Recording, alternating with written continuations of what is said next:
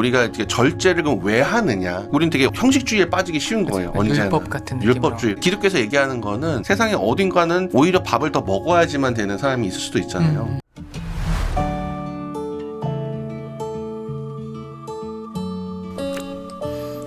네, 안녕하세요. 비아 프렌즈 장민혁입니다. 안녕하세요. 비아에서 책을 만들고 있는 민경찬 편집장입니다. 비아 언박싱은 비아 신간의 외형, 내용, 그리고 한방을 통해 책을 살펴보는 코너인데요. 저희가 오늘 준비한 책은 십자가, 네. 세라코클리의 십자가, 이 책을 같이 한번 살펴보겠습니다. 네.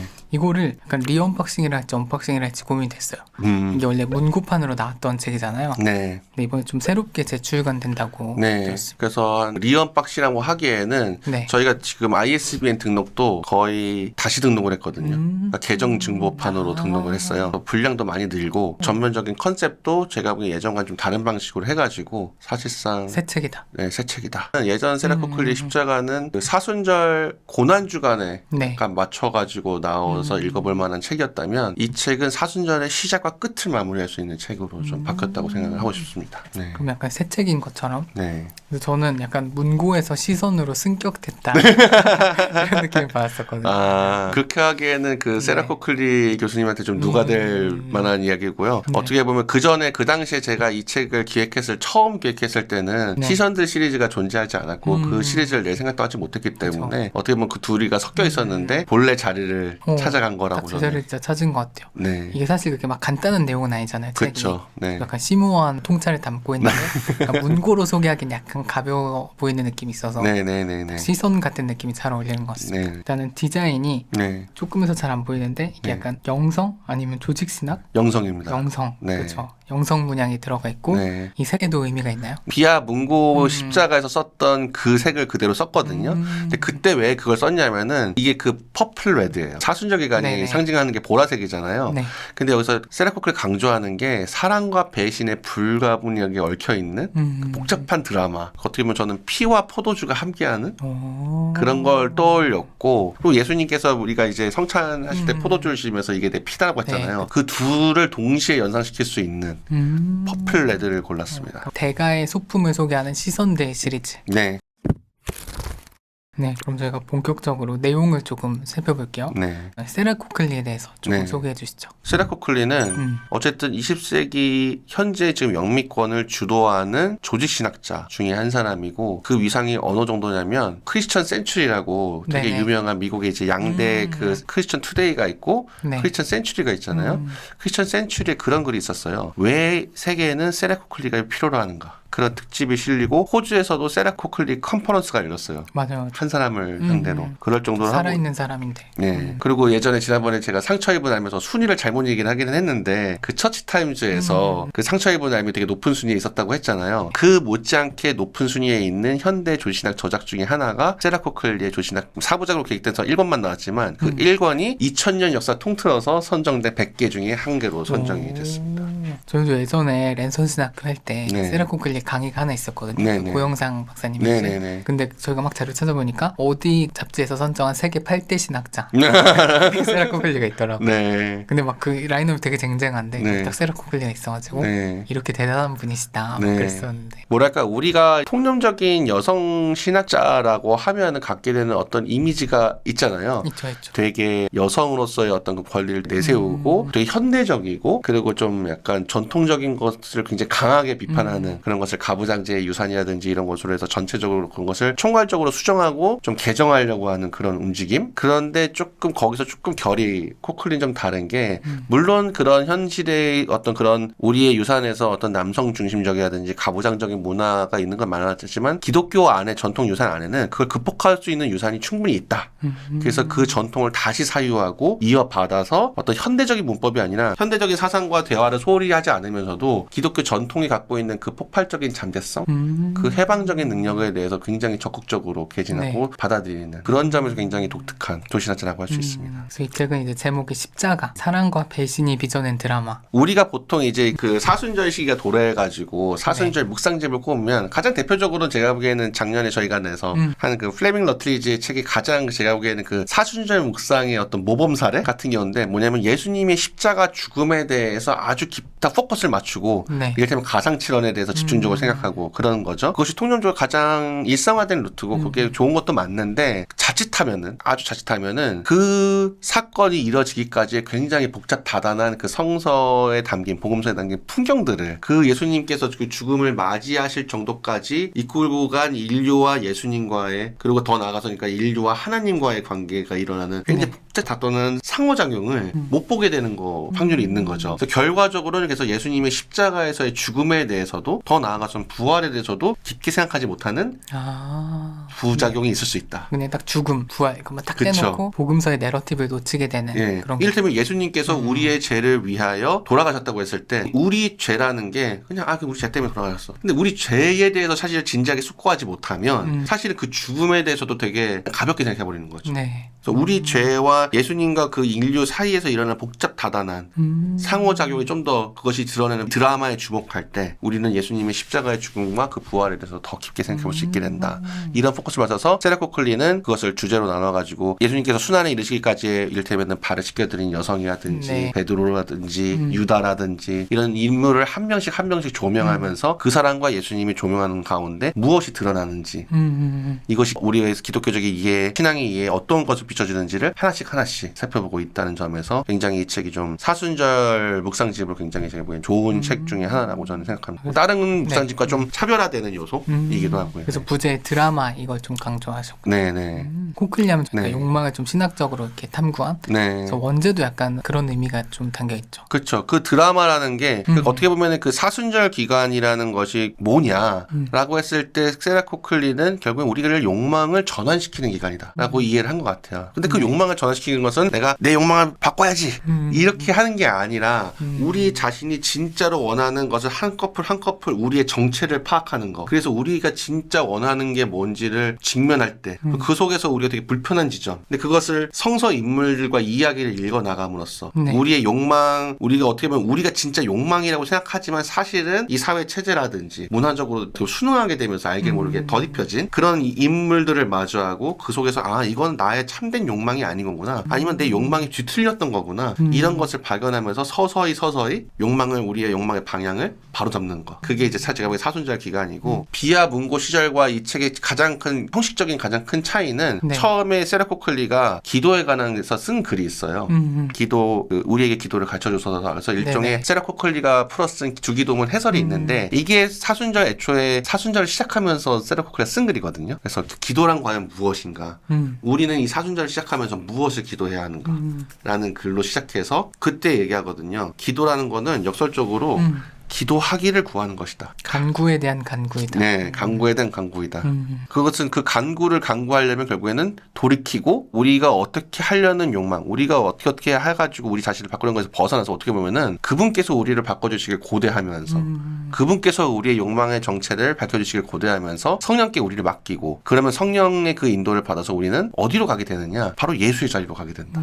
어떻게 보면 우리가 간구하기를 간구할 수 있을 때라야 그것을 성령에게 이끌려서 우리의 욕망을 정직하게 바라보고 정화하고 나아가면 그 자리에서 우리는 예수와 함께 아버지를 향해서 주기도문을 올바르게 기도할 수 있게 된다고 그런 식으로 네. 얘기를 하거든요. 그래서 저도 그 부분 조금 봤는데 네. 딱 기도에 두 가지 딜레마, 역설이 있다. 네. 그래서 기도의 불가능성이 있고 네. 주기도문에서 알려주는 기도는 너무 쉽게 따라할 수 있는 기도고 둘 중에 어떻게 해야 되냐. 네. 그래서 사실 이게 다 조화될 수 있다 막 하면서 얘기를 하잖아요. 맞아요. 그런 게 되게 인상 깊었고 맞아요. 예수의 공간, 그러니까 그 공간을 내어주신 예수님의 자리로 네. 우리가 가야 된다. 뭐 네. 이런 것들이나 맞습니다. 그 기도가 결국 우리 욕망에 관한 것이다. 네. 그런 거. 근데 이 욕망이라는 단어가 욕망이라고 쓰면 좀 약간 오해될 것 같아요. 지금 한국교회에서 욕망은 약간 절제하고 없애야 되는 거 이런 느낌인데 제가 보기에는 코클리가 말하는 건 좀 근원적인 갈망 이런 느낌에 더 가까워 보이지 않나. 근데 그게 오히려 그래서 코클리가 더 욕망이라는 걸 강조하거든요. 갈망이라는 건 제가 보기엔 영어로는 롱잉이라고 할 수 있을 거고 코클리는 굉장히 의식적으로 디자이어란 말을 일부러 써요.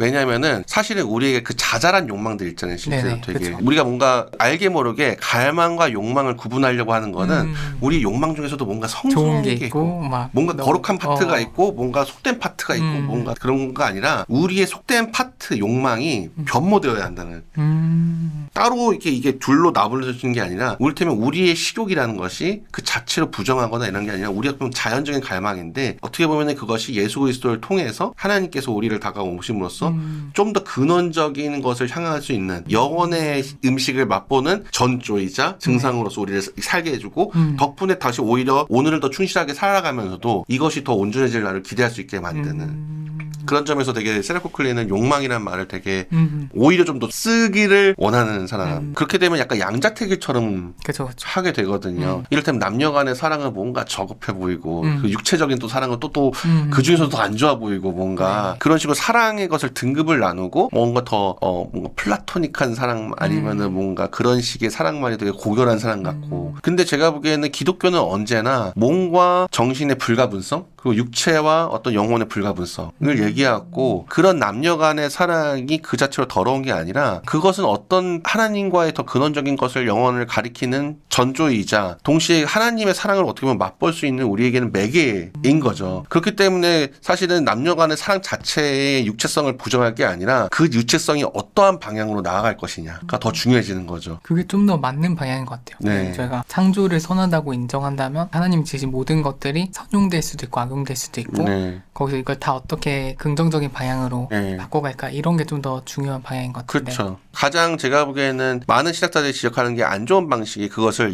이분화시켜가지고 성과 속을 따로 만들고 속된 것을 제거해내면 뭔가 성스러운 걸 얻을 수 있다. 이건 굉장히 안 좋은 방식인과 동시에 그다지 기독교적이지도 않은 예전에 우리 상처 이분하면서 배우듯이 그것은 굉장히 영지주의자들이 강조하는 오히려 육적인 것을 다 덜어내가지고 어떤 다이아몬드 순금을 육체의 때국물을 벗어내고 영혼만 짜줘 다이아몬드만 남겨서 하는 걸 요것만 남겨서 훌 떠나야 된다. 이런 건 굉장히 영지주의적인 사유이지 그렇게 기독교적인 사유가 아니다. 그렇다고 해서 또 욕망을 어떤 사람들은 반대로 하나님은 그러면 이런 우리 욕망을 하나님께서 주신 종물이니까 그냥 막 쓰면 된다.